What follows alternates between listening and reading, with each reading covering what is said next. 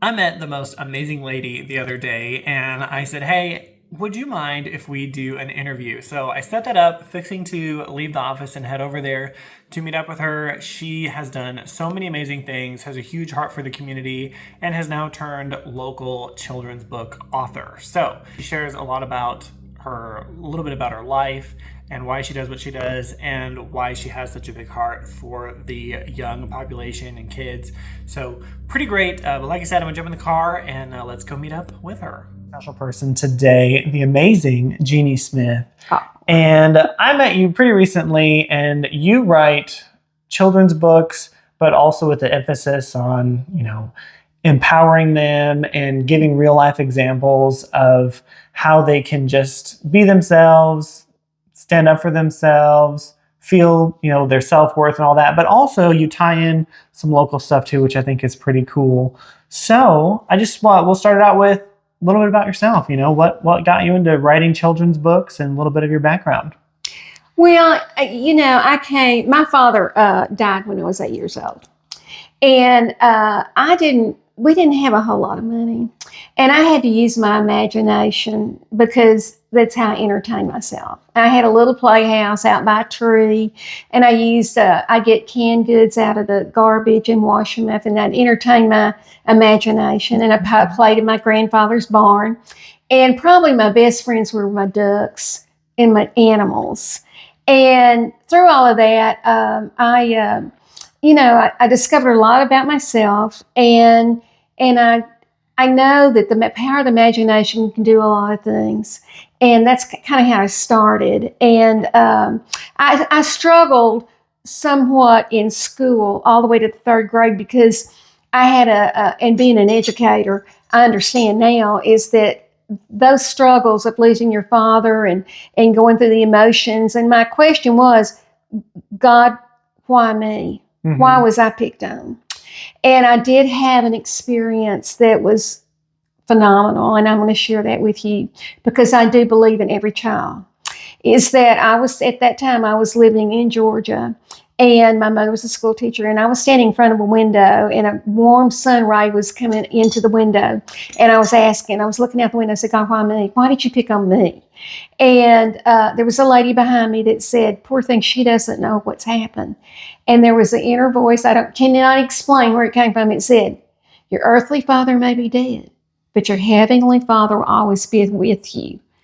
And I knew then I was called to do something. Yeah. And it was, and from that, I have always been a storyteller. I watch people, observe, especially animals. I think animals are so much like human beings. I call my ducks and my geese the water patrol, and Sure. things like that. But they're really kind of funny. People I might know, but it's just kind of fun for life to say things like that, yeah. I hear this little lady, she's got her little doggy, nobody in her purse under the table, and I go, oh, God, that was a good one. So that's Mabel with her little puppy under the table, Sure. feeding hot dogs, chop, chop, chew, chew, like that. Everything in this book is related back to things that happen. Like real life experiences. Real life experiences. Yeah. The fat cat on the stoop was sitting there for a mouse to come by. But when you take this book, you need to sit with a child, and it says, come with me down Old Wall Street.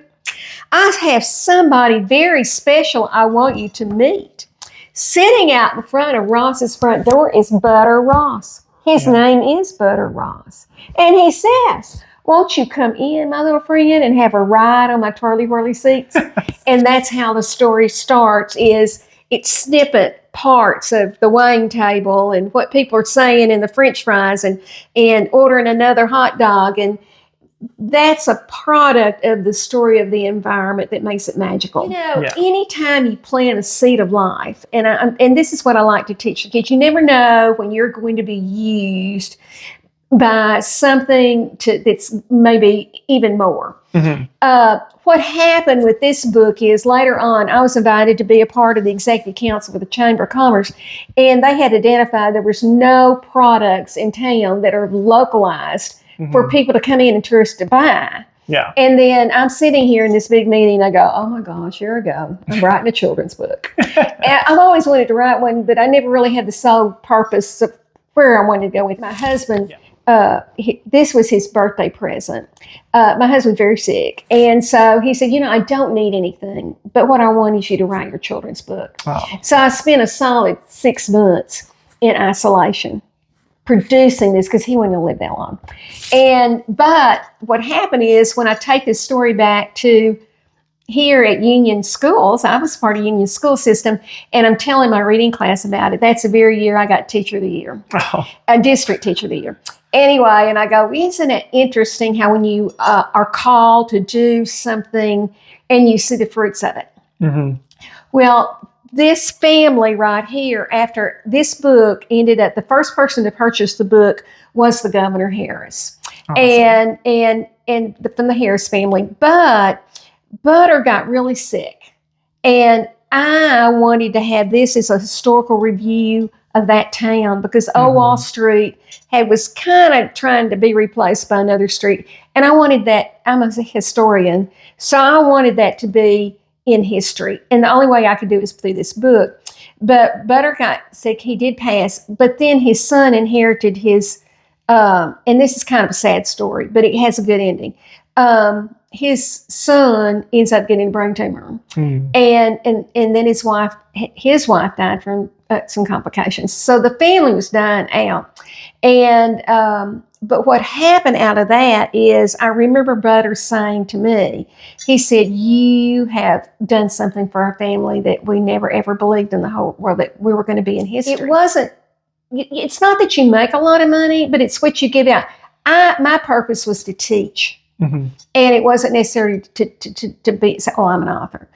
But what happened out of that being an author, when I went back to Cartersville, I lived in this loft area downtown, and the kids would come by and they would point to where I lived and said, there's where Ross's Diner's author is. Yeah. So you see all these things that connect that you never imagined. You see all the people that you influenced and you never would have realized you'd reach that many people. Well, and that's what I call people to do in kids, is that reach out. And I always, when I talk to high school kids, juniors and seniors, I said, I want you to get a dream book. Mm-hmm. I want you to get a dream book. Go at the dollar store and get a dream book, because that's what I did when I was many years ago. I'd have a dream book and I would write down just fleeting thoughts, and most of them came at 2:00 in the morning. Yeah. Yeah.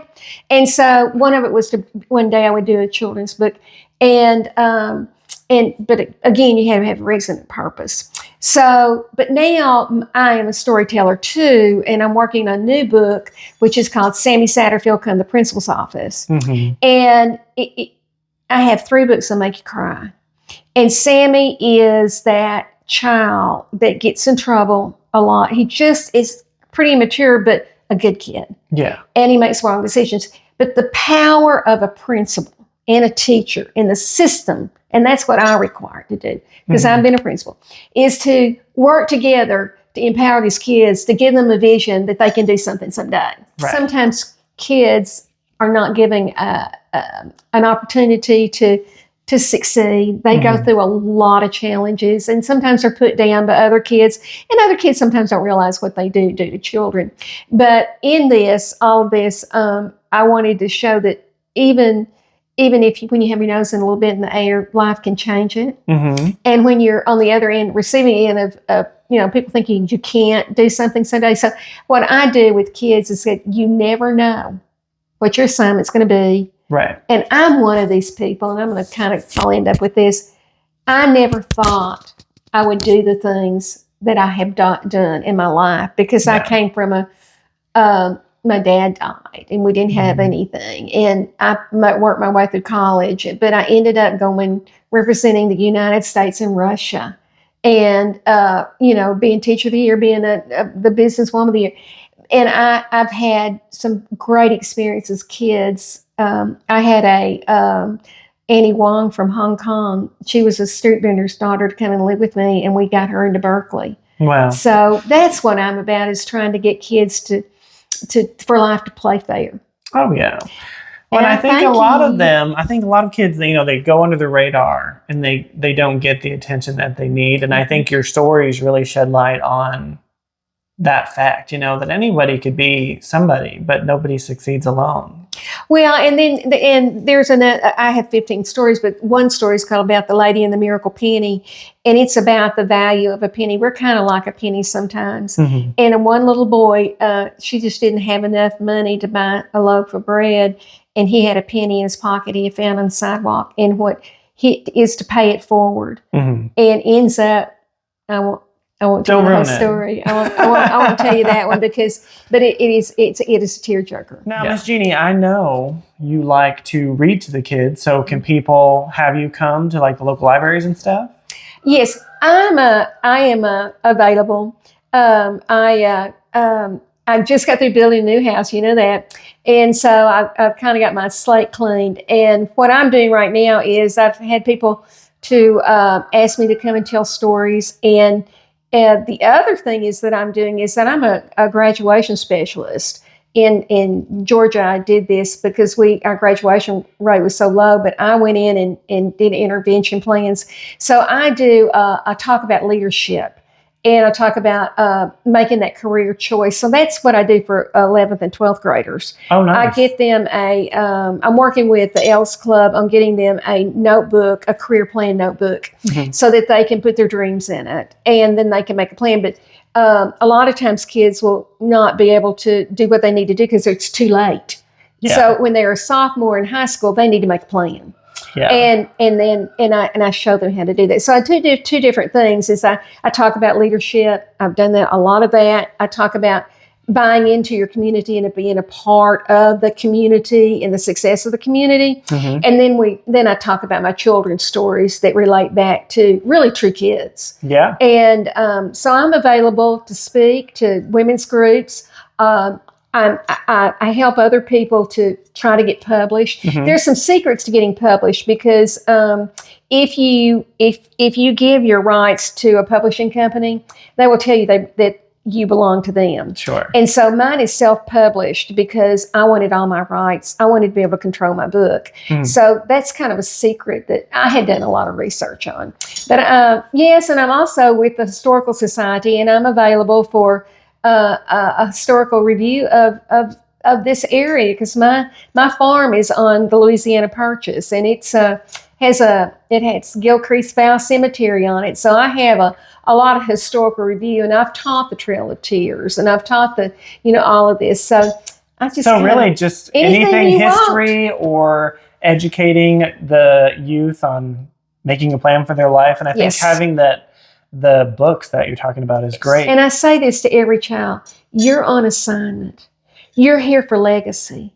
You're here you're not here just to breathe air and everything. There's a reason, a purpose, and you're very valuable. So those are the lessons that I teach the kids. And I guess maybe I've done a good job because I've been like 4 times Teacher of the Year and all this other stuff, which I don't need all that, but it tells me that I'm doing something right for the kids. Right. And that's what's important to me. Well, I think it's great. I love all the stories that you have done and the ones coming because I think it is helping kids to, feel like they can do anything that they want. It doesn't really matter where they come from or their background or whatever because you can do anything you want. Well, and I like to say this too.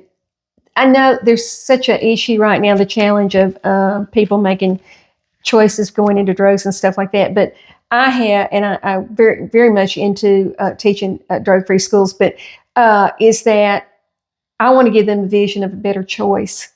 And I'm really kind of more against the people that are trying to incite our kids to make the bad choice. And they're not bad people, but choices are very important. And I hope that through all this that I can be able to give them a vision of what they can be. Absolutely. Well, if you want to pick one of these up, I'm going to put Jeannie's information in the description so you can reach out to her. And I just appreciate you so much for meeting with me today. Well, thank you. Yes, I think it's great what you're doing. And, kids need that support, especially in the times we're living in. Thank you. You bet.